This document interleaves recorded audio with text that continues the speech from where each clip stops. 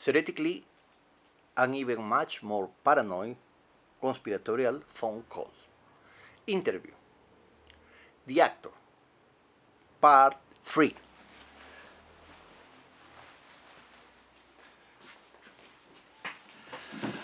Hi, I'm Jorge Yacorta, the actor in the movie Theoretically, and even much more paranoid conspiratorial phone call.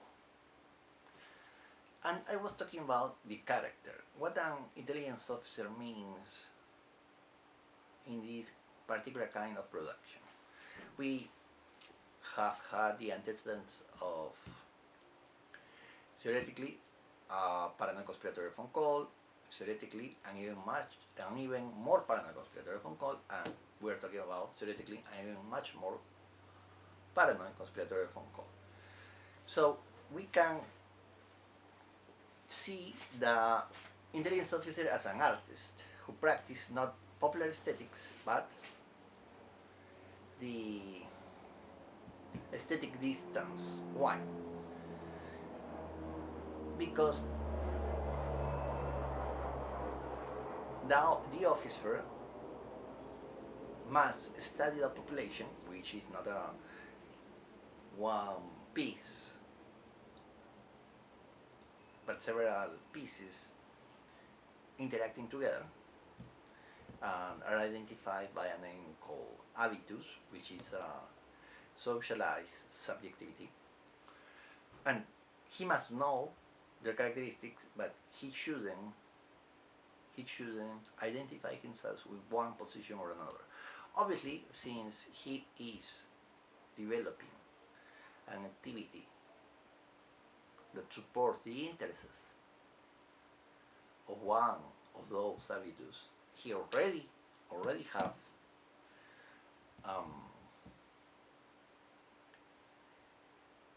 an agenda, a social agenda, an habitus agenda.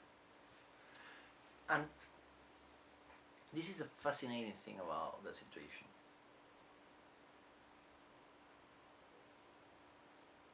Because I said that he was a gatekeeper. He is sort of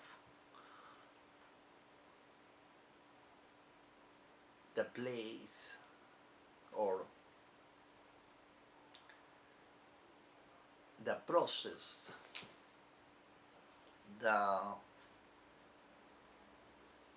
what separates the conscious and the unconscious mind. Because if one habitus or social position tries to suppress what is in the minds of all the other positions, it's like talking about the unconscious controlled by the conscious. The conscious part of the mind pretends that this is the real one, but it's not like that. There is all this other number of thoughts, there are reactions, because we are not what we think. We are socially,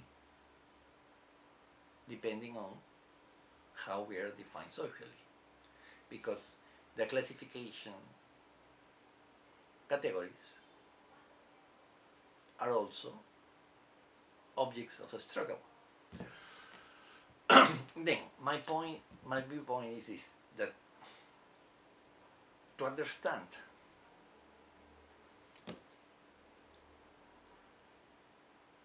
how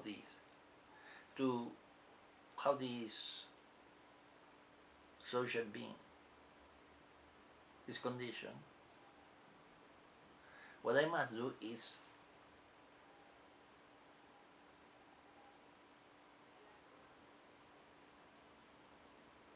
bringing myself to this social position. And that's what helps me in my process as an actor. Because in my process as an actor,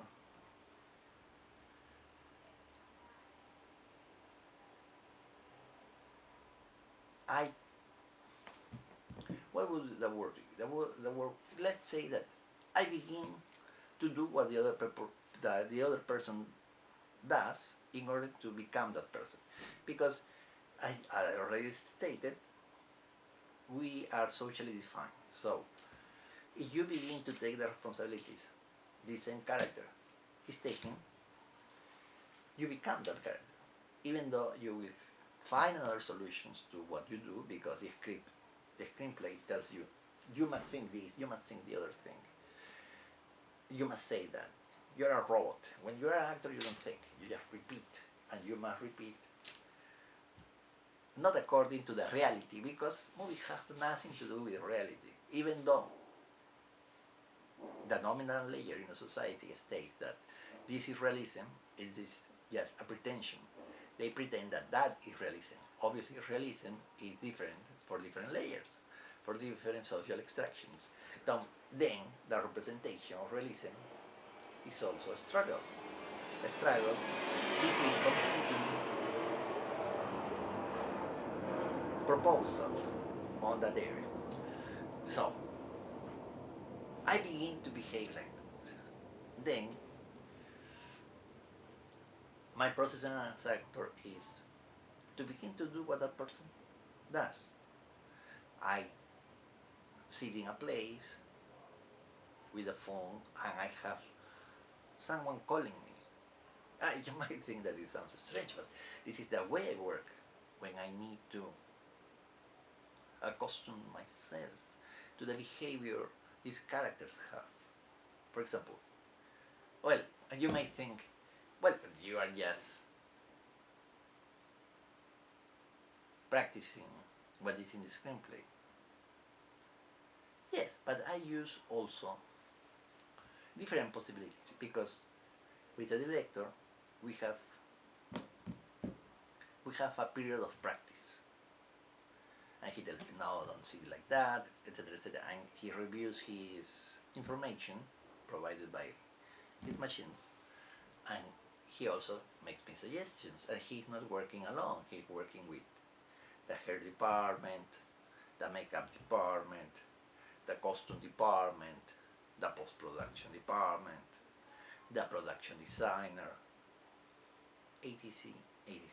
A lot of people to make something look like the people in charge want them to look. So I have people calling me and ask me, it's like pretend to be, just forget for a minute that you are yourself. Pretend that you are someone else.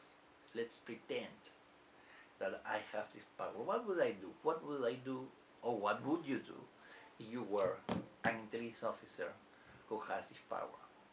What kind of psychological operations would you design? Would you say something like the chicken is going to increase its price if this presidential candidate wins? Or would you say something like, if this presidential candidate wins, the population cannot read Don Quixote? Wasn't it amazing? Yes, because you have the power to suggest something. You know, Gustave Le Bon, the French sociologist, has a book on how the crowd behave. And, well, it is putable, everything he says, but the prestige of the position itself is something that contributes to create the personal prestige or reputation. Then the reputation you obtain just by being something like, let's say, a scholar or a teacher at a university. The position provides you with the reputation, and your personal reputation, how you behave in that position, contributes also to your reputation. So the point here is that